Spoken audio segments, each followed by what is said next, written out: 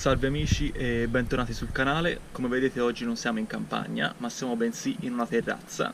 Alle mie spalle vedete che c'è una serra dove io, diciamo, nel periodo invernale faccio i miei piccoli esperimenti da apprendista stregone e poi chiaramente ci metto anche delle piante che appunto sono estive come i limoni che soffrono molto il freddo. Ma oggi volevo appunto parlarvi di talee e delle talee di rosa, perché è una pianta che io adoro, è una pianta che si può propagare molto facilmente tramite talea ed è una pianta che con poche istruzioni si riesce a portare anche molto velocemente in un nuovo vaso per fare nuove piante. Allora, innanzitutto prima di cominciare il video vi ricordo di lasciarci un bel like e di seguirci, così noi continueremo a portare altri progetti.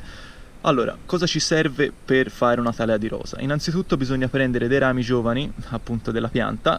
Io in questo caso ne ho prese 3, se ne possono prendere quante se ne vuole, basta non andare a prendere rami vecchi che appunto quelli non dovrebbero, diciamo, radicare.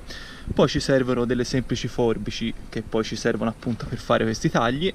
Ci serve un semplice bicchiere che io, diciamo, ho ricavato da una bottiglia piccolina, un piccolo vaso che io ho ricavato da una bottiglia di plastica più grande con della torba dentro, ma va bene anche il terriccio universale, del radicante. Come vedete qui ne abbiamo uno in polvere e ne abbiamo uno addirittura liquido. Io appunto adesso vado a utilizzare quello in polvere perché vado a piantarlo qui all'interno di questo vasetto, ma se volete potete anche far radicare delle piante all'interno dell'acqua. Per esempio io le talee di vite, come avete visto in quel video, le faccio radicare sia in terra che in acqua, quindi potete utilizzare anche questo.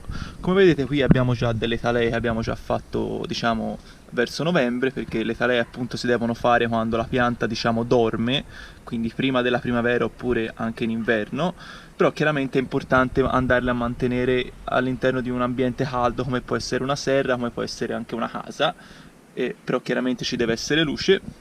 E come vedete qui ci sono due talee, questa è di Bougainville e questa è di rosa, appunto. Come vedete ha già fatto dei ributti e quindi in primavera dovrebbero venire fuori. Allora, diciamo, la lavorazione è semplicissima, basta prendere il rametto che abbiamo tagliato con le forbici, lo andiamo a inzuppare nell'acqua, in questo modo, lo diciamo asciughiamo un pochino, lo andiamo a inserire nel radicante in polvere. Ok, vedete ne ha presa tanta di polvere, lo andiamo a battere qui, in questo modo togliamo tutta la polvere in eccesso e successivamente lo andiamo a mettere all'interno del nostro vaso.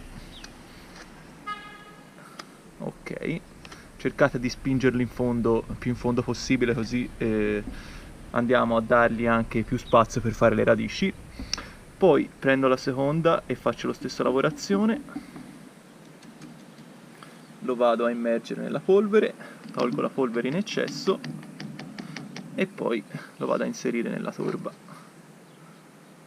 Prendo l'ultima talea e anche questo lo vado a inserire all'interno della torba. Come vedete è una lavorazione semplicissima che può fare chiunque, ma chiaramente ricordatevi che questa lavorazione va fatta in un periodo specifico e ci vogliono anche, diciamo, degli strumenti che vi permettano anche di aiutare a radicare la pianta. Allora, dopo aver fatto la lavorazione della talea, le andiamo a mettere all'interno di un ambiente molto umido. Come vedete qui siamo all'interno di una serra dove appunto io la copro, anche perché come vedete ci sono altre piante come il limone e dei fiori che se no non andrebbero avanti durante l'inverno. È importante appunto andare a creare un'umidità. Io in questo caso lo faccio con la serra, ma voi se non avete una serra potete utilizzare anche il tappo di una bottiglia. Come vedete qui abbiamo preso la parte, diciamo, inferiore, potete prendere la parte superiore e fare dei buchi. In questo modo andrete a creare un effetto serra, come io lo faccio qui all'interno di questa struttura. Si possono usare anche dei sacchetti, chiaramente bucherellati. Io vi consiglio di utilizzare il tappo di una bottiglia perché è anche più pratico da togliere, perché poi ricordatevi che queste piante, essendo all'interno di una serra, non vengono bagnate, quindi una volta ogni tanto gli dobbiamo dare l'acqua, perché anche l'umidità all'interno del terreno è importante per farle radicare. Allora, io spero di essere stato chiaro, se avete delle domande scrivetele nei commenti.